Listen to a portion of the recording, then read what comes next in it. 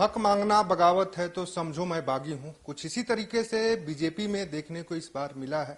चुनाव झारखंड में हो रहा है, लेकिन बीजेपी काफी चर्चाओं में है। चर्चा का कारण यह है कि जो जमीनी स्तर के कार्यकर्ता थे, कई सालों से पार्टी को अपने खून पसीने से सींच रहे थे, शीर्ष नेतृत्व के जो फैसले हुए टिकट बंटवारे में, उससे नाराज दिख रहे हैं और मैदान में निर्दल प्रत्याशी के रूप में चुनाव लड़ रहे हैं।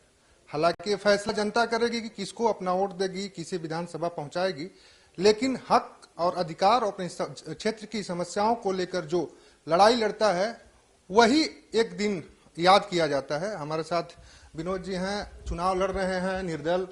कहां से चूक हुई और कितनी कसक रही जब इस तरह का फैसला केंद्रीय नेतृत्व से आया? पहले तो कशिश न्यूज को धन्यवाद, सभी टीम को, लोग को।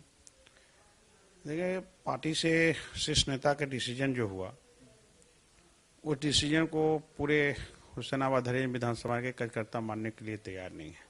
आपको जैसा मालूम हो कि जब कमलेश सिंह माननीय विधायक जब मिले थे, उस समय भी विरोध हुआ था। अब विरोध ये हुआ था कि ठीक है, आप भारतीय जनता पार्टी विश्व की सबसे बड़ी पार्टी, आप मिलाएं, मगर उनको यहाँ से सीट ना देने के लिए लोगों ने मान के कि कोई भी कार्यकर्ता को देंगे वो मान होगा। कमलेश सिंह पार्टी में अचानक से जाते हैं, उसके बाद ज्वाइनिंग होती है, टिकट कंफर्म हो जाता है। क्यों दरकिनार किया गया कार्यकर्ताओं को? क्या प्रदेश अध्यक्ष की ओर से इस पे पहल नहीं की गई? क्या जो दो प्रभारी सह प्रभारी लगाए गए उनकी ओर से एक पहल नहीं की गई? क्योंकि जो ग्रास रूट का कार्यकर्ता होता है, जो पार्टी को लगातार पार्टी के लिए काम करता है, उसको वरीयता देनी चाहिए। तो एक चूक मानते हैं कि शीर्ष नेतृत्व से हुई है? बिल्कुल चूक हुई है। आप बताइए कि जो कार्यकर्ता 10 साल 12 साल से किसी से लड़ रहा है, माननीय विधायक जी से लड़ रहा है। माननीय विधायक जी जो हैं वो 12 साल से भाजपा को गाली दे रहे हैं, पानी पी पी कर गाली दे रहे हैं, और उसके साथ पार्टी के शीर्ष नेता कहते हैं कि उससे मिलकर चुनाव लड़ो। कितने पर उन्होंने हरिजन ने केस करवाया, कितने कार्यकर्ता पर उन्होंने कार्रवाई करवाया, और इसके बाद पार्टी कहती है कि उनके साथ मिलकर काम करो। तो ये संभव नहीं। जिसे आप बताएं कि जिससे 12 साल से लोग लड़ रहे हैं, तो आप 15-20 दिन में आने के बाद आप चाहिएगा कि उसके साथ मिलकर कार्यकर्ता, तो संभव नहीं था। चलिए, अभी आपने साफ कर दिया कि आइडियोलॉजी बीजेपी उनका नहीं मिल रहा था।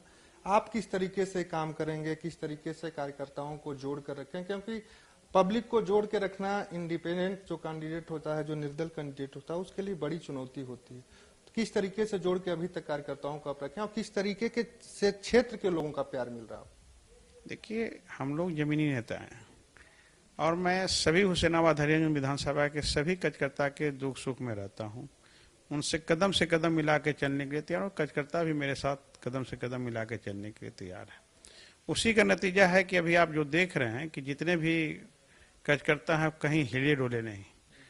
और दूसरी चीज कि ये विनोद चुनाव नहीं लड़ रहे हैं, सभी कार्यकर्ता चुनाव लड़ रहे हैं।